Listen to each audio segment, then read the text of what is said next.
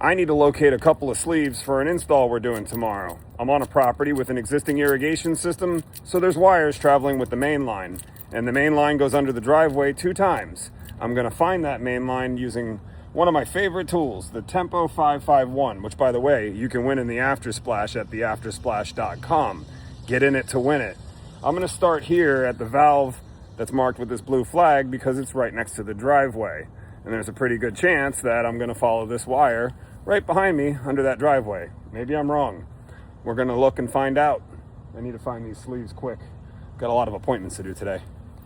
I'm interested in connecting to the common wire because that goes to all of the valves and will travel with the main line for sure. But as I was going through this box, I noticed something.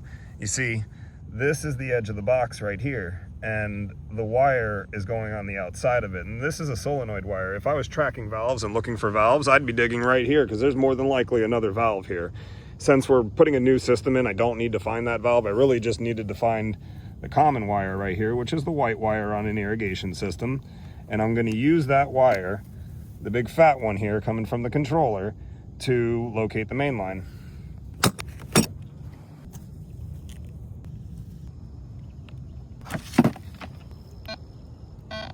Oh no, I'm gonna have to get some new batteries. With a fresh set of batteries in the transmitter, I've started marking a few locations where I think the pipe might travel under the driveway. 0. I have it on null mode right now, so it's gonna go to 0 or no sound right over the wire, and then give sound or a signal outside of that range. I believe the wire's right here, and that would kind of make sense.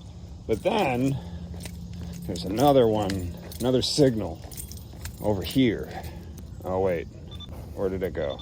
Maybe I was, you know what? That's why. I had it on a different setting, and I did pick it up here. I'm less confident about it being up here, and a lot more confident about it being over there. So let's dig that area up first. Once I confirm this driveway, then we can go connect to the other valve over there. I think the lid's, yep, I'm gonna go connect to that valve and go check that one over there. Let me make sure I turn off the tracker. I have a bad habit of going to grab the shovel and not turning this thing off, which is probably why the batteries were dead. All right, everything is off. Well, found it. That's what I was looking for, and damn, this system was not working very well before. I don't know if you can see it, but the pipe is actually bent right there, and it's also bent right here. So it's kinked in those 2 spots. And yes, I did hit it while I was digging. That's not a big deal though, because we are installing a new system here. But that is what I needed to find. I needed to figure out where it goes into what essentially is a big island right here, because it's surrounded by this driveway. So if the pipe comes in here, probably goes under the driveway, either somewhere over there, although my readings tell me that it goes down the driveway, right down the middle here, and ends right about there.